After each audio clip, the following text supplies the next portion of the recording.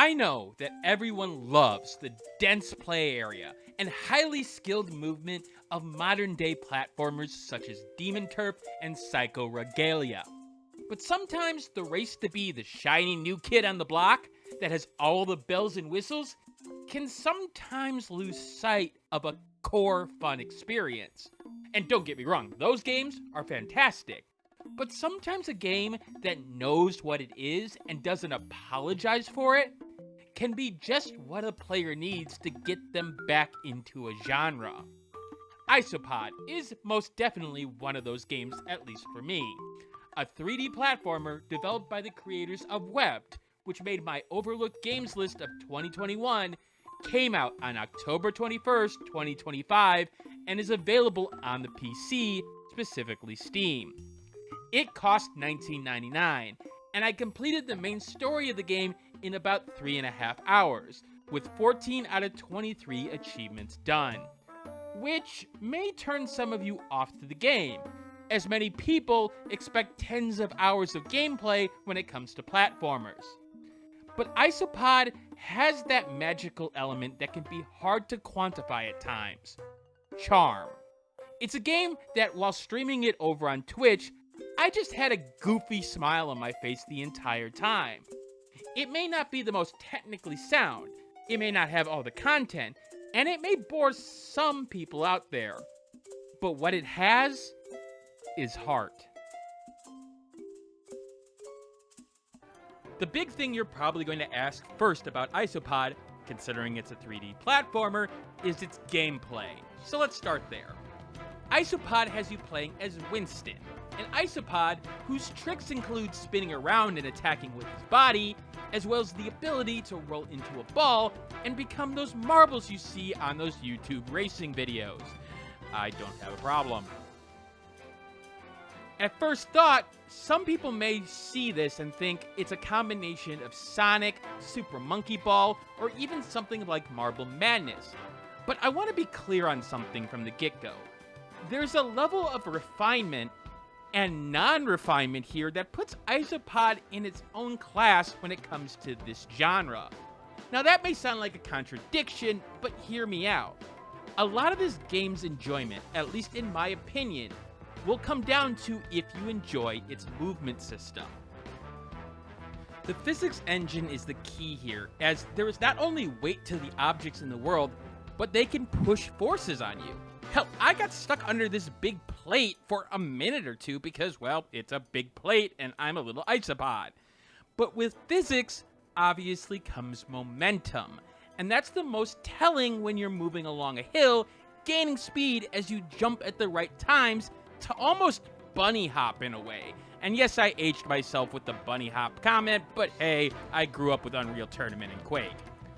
Which, in itself, that momentum is a good system.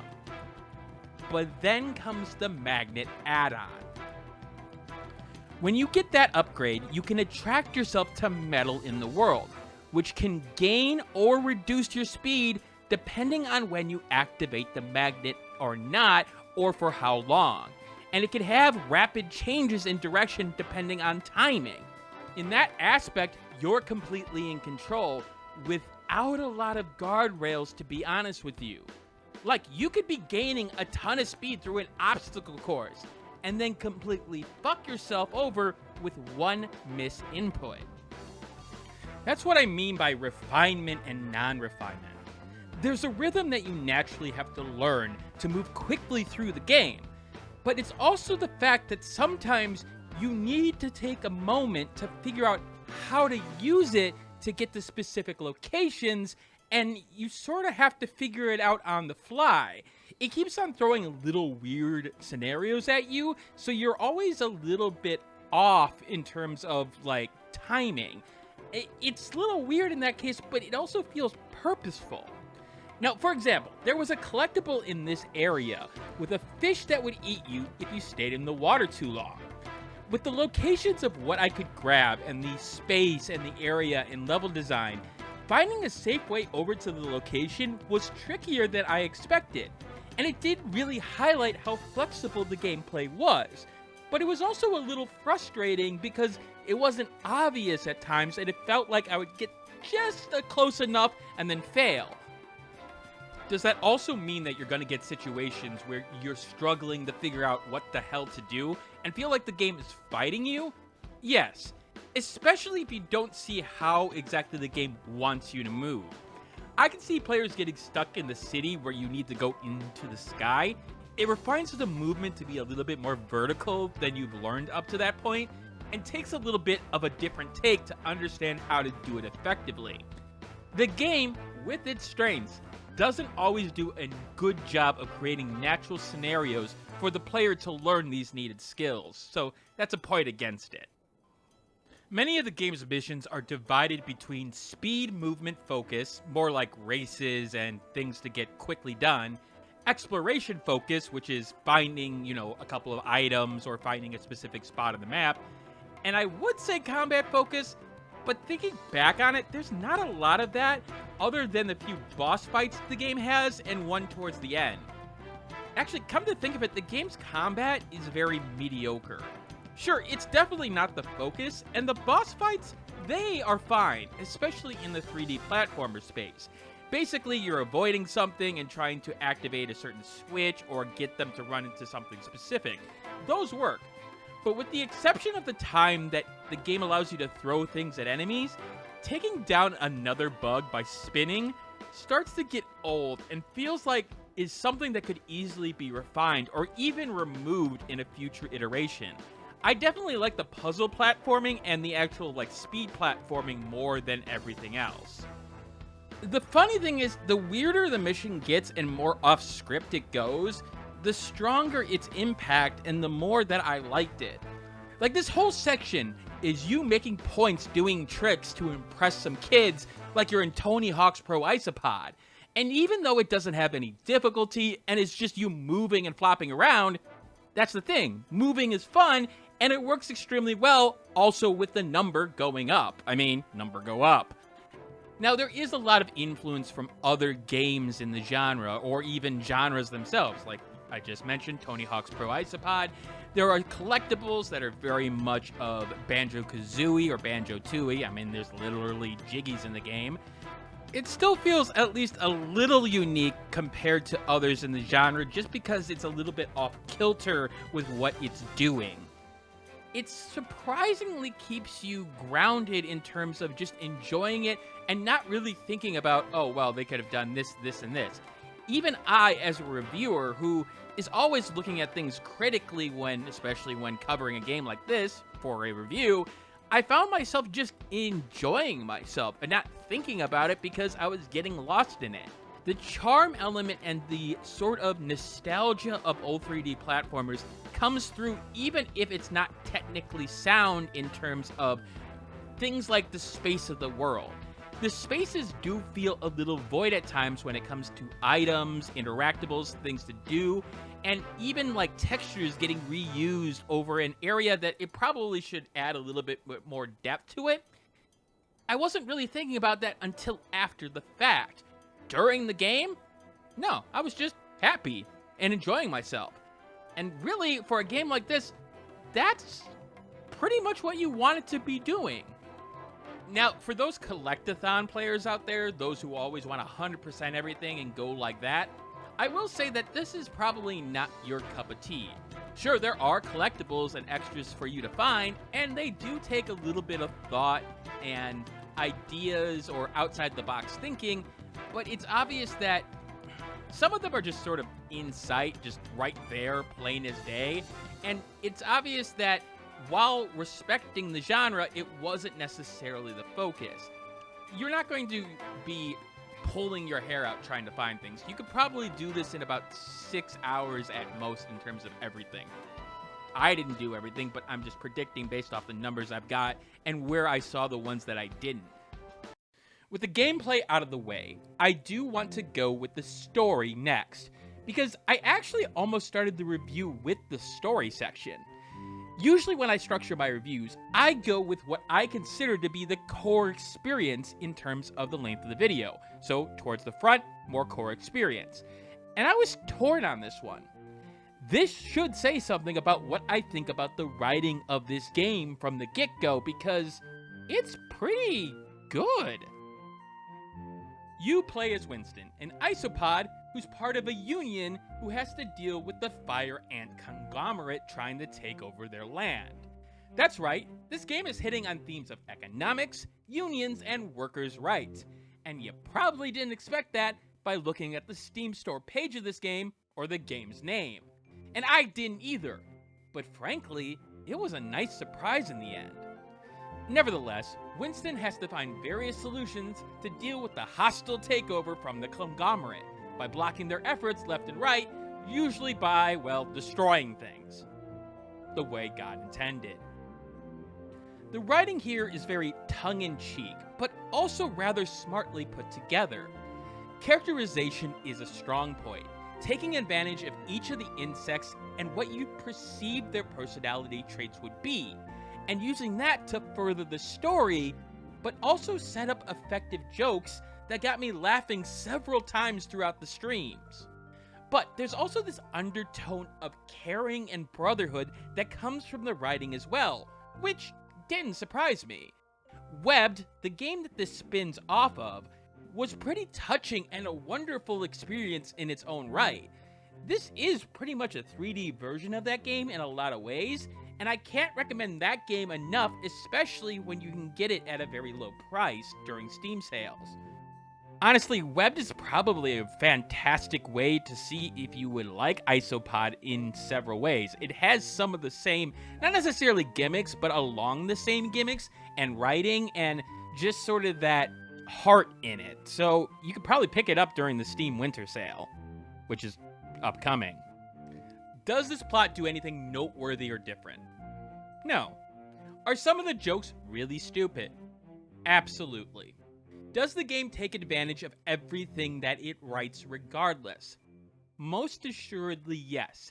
And man, do I have to give it to the narrator and project designer here.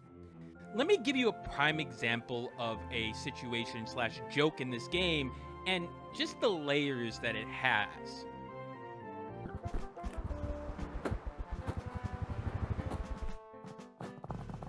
So I just had to say something. Jones, look. Hi, I'm here to speak to the Bowland Co-op.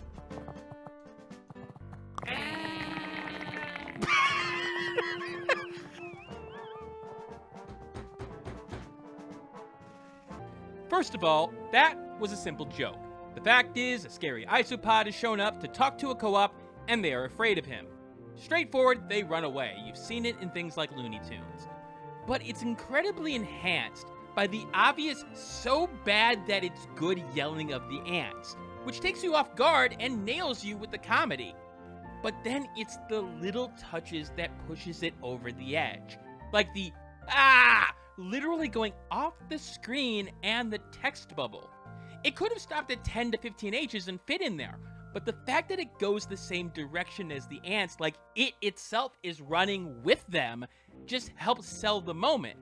Hell, even the little prong of the text bubble slightly moving sells the joke somehow. It's fascinating how these little touches really ended up enhancing the overall enjoyment of every writing moment. Now, I will say that the plot doesn't necessarily hit a high, and it's going to be something that I don't know if I'll be able to remember key plot points in 2 years' time. But I will remember the laughs, and that's really all I can ask for what the game was going for, at least in my opinion. Finally, let's talk about the presentation. And I'm gonna just rip the band-aid off the cut here. Isopod is not the prettiest looking game at first glance. I mean, you've seen the footage up to this point, but in fact, there's places where I could see people not even giving it the time of day, especially for a $20 title comparatively in the indie space. Its pseudo-colorful realism may not have the greatest of texture detail to work with, but they do at least provide some depth with some timely pebbles and good lighting work to give it a 3D texture. But this is on the surface. What I will give Isopod is that it uses what it has wisely. For example, the effect this non-playable area in the pink flowers makes it have some depth and scale that I was very surprised at. Granted, you can pull off different effects when you don't have to take into account some of the movement elements in it in terms of camera work, but it's still impressive nevertheless and uses what it has to great effect. I do appreciate the detail, in particular with the isopods and their variants, capturing the real-life creatures pretty well in the world considering. It's the little details that really make it, like the dairy cow isopod. I also like the non-real variants they've added here, like the Hungry Little Caterpillars version that was very recognizable. But beyond that, it's also the little nice touches of the magnet on the back of the isopod that fits just perfectly. Even though it doesn't make sense given the size and how powerful the magnet is, doesn't matter, it's cute, and, well, don't think about it. What I will say is that there are locations within the game that unfortunately do look bad. There are locations where it's supposed to be a mountain or dirt, and it just looks like hard dog turds. And I don't think it's purposeful in this case. Sometimes textures can have a sheen on them, or a lack of sheen on them, that make them look out of place, like it's not supposed to have it or it's supposed to have it. And while the water can look good with its reflectiveness at times, I do appreciate some of the effects here. The liquid in this river is, well, I'm not sure how to describe it other than just ugly to look at. Yes, I know it's supposed to be like sewage or something that has been infected, but there's a way to do it without making me just want to almost vomit. Now, I will note that I did play the game on high settings and not epic, mostly to make sure that the game streamed properly. Here's a clip that shows you the visuals, what it looks like with the epic settings, however, so you can judge the improvement that it makes yourself. I will not talk about the actual frame rate with the epic settings, but I wanted you to know that. As to the game's performance, I mean, it was good. I wouldn't say great. Granted, I didn't have it on high view in terms of distance view, but I did notice some pop-in, especially if the game was using a little bit more resources at that point, in particular with that sort of slimy yellow river. For some reason, it had some problems with that at times. And every once in a while, I would see a jolt in terms of the game sort of trying to catch up with itself. So mostly, especially during platforming, it seemed to be fine, but I would notice little hitches here and there. Now, with that said, I don't know if it's the game itself. The problem is that recently I upgraded to Windows 11. Begrudgingly. I don't like Windows 11, and I don't like how the graphical elements of Windows 11 or whatever processing is happening there, what it's doing, because unfortunately I've seen some performance issues on several games that I know were working just fine before upgrading. So unfortunately, there are some issues with the system. I will be taking a look at them, but keep that in mind before you judge this too harshly. As to the sound, it can be a mixed bag, but I would say it's a lot more positive than negative.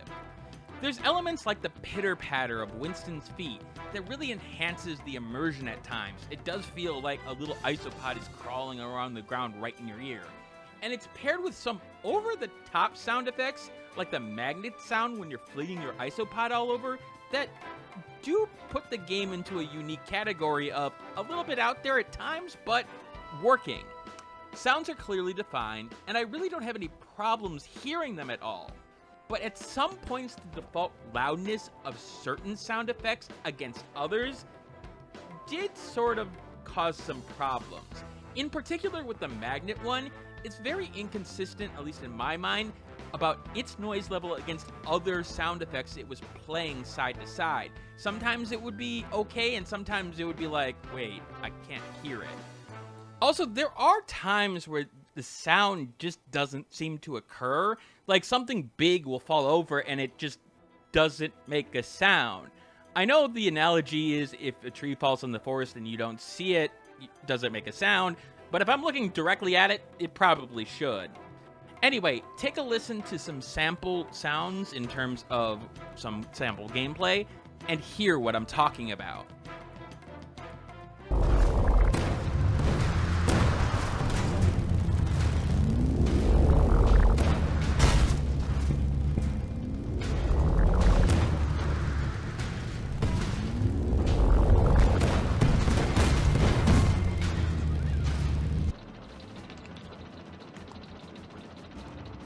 I got this.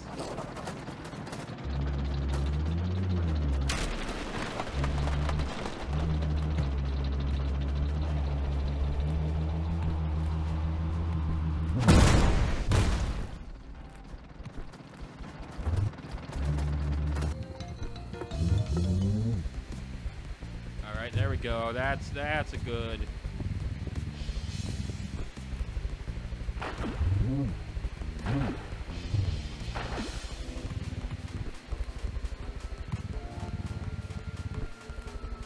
As to the music, yeah, I mean, is it in the top of its genre? No.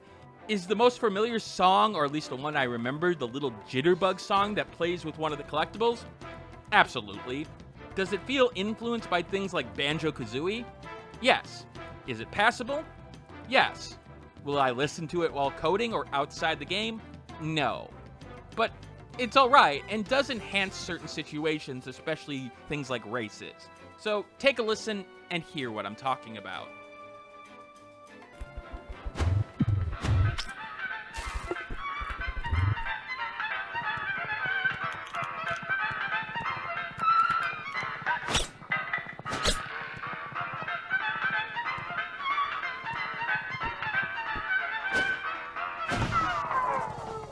There's only 16 left.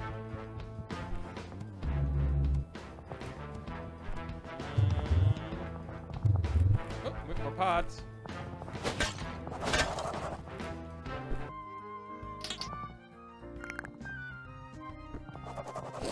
Alright, well, let's see. What's in Bellport?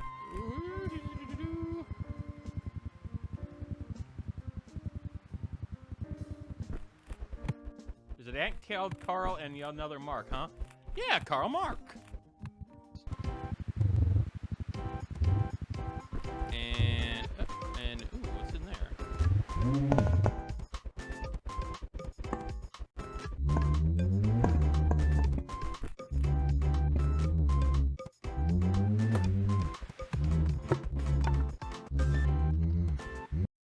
As I start to wrap up this review, what I will say is that Isopod is very much a game that is either going to hit with you or not.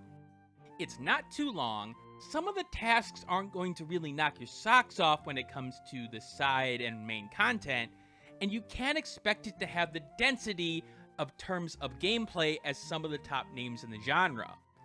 With that said, its writing is cute, and will get you laughing with a combination of absurdity and well-crafted wit. And when you get a hold of the game's movement system, you'll be wanting to throw yourself around and maximizing it at every point. You'll wish that you had more of it for sure, and the thing is, that's where I'm pausing right now in terms of the price point. Even when I was able to beat the game in 3.5 hours, $20 in the modern day ecosystem of Steam for people may be a bit much. But the thing is, it's the quality of those hours. The fact is that yes, there are elements that I wish were better, but I enjoyed myself from start to finish. There was a little frustration, sure, but the fact was, I was smiling, happy, remembering what it was like to be a kid and just enjoying even the crappiest games.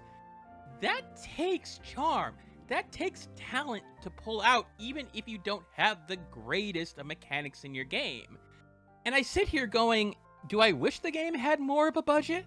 Well, I do. I wish it had more and it would had more advertising and more people to have their eyes on it.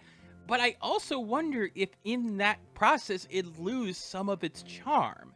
It's weird. It's a game that is everything that I want out of gaming, but it's also a game that I don't think is going to get the attention that it deserves, which, unfortunately, on this channel is too much of a common trope. With all things considered, I give the game an 83 out of 100, making it a solid buy, unless you're hurting for cash.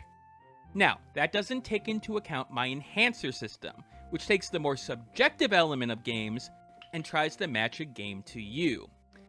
If you fall strongly into one of the following categories on screen, add or subtract that score to your main score. If the first digit of your score changes, refer to this chart to see where the game lies in the buyability rating for you. Now, as you can see, some people may not, as you can see, there's not a lot of situations where I think a person shouldn't pick up this game at some point. Yes, there are going to be a subset of people who will pick it up at a cheap price. And the sad part is, I think they'll enjoy it the most because they'll be getting such a bang for buck in most cases. But the fact is that if you want a game that you can sort of relax and just get lost in, but also you really want to reward, just heart, this is the game for you. Anyway, that's it for this review.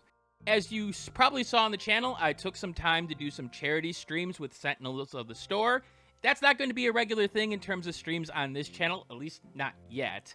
I still have my Twitch, which I do all the streaming over. And I am working towards the March, not December, March Overlooked Games list. I'm starting to put the list together. Again, I love doing it for the end of the year so that people can get it during Steam sales, but the fact is there were too many games this year, too much was going on, and I wanted a little bit more time with it, especially because, again, there was just so many overlooked games this year. Coming up next on the channel, I'm not sure. It may be Unbeatable. I just streamed it, and even though it had a first section that didn't necessarily work for me, it really started to, move to a, wait, hold on, this may be fantastic in the next hour. I also want to review Demon School. I haven't even started it. That's how crazy things have been in terms of just everything that's going on. Demon School, the game that I wanted to play the most this year, and I haven't even started it yet. Anyway, I am always giving you a schedule of what I am looking at next in the Discord, which is in the description below. And if you like this video, well, hit the like button then. Or subscribe and share it with a friend. Anyway, that's it for now. And as always, keep on gaming.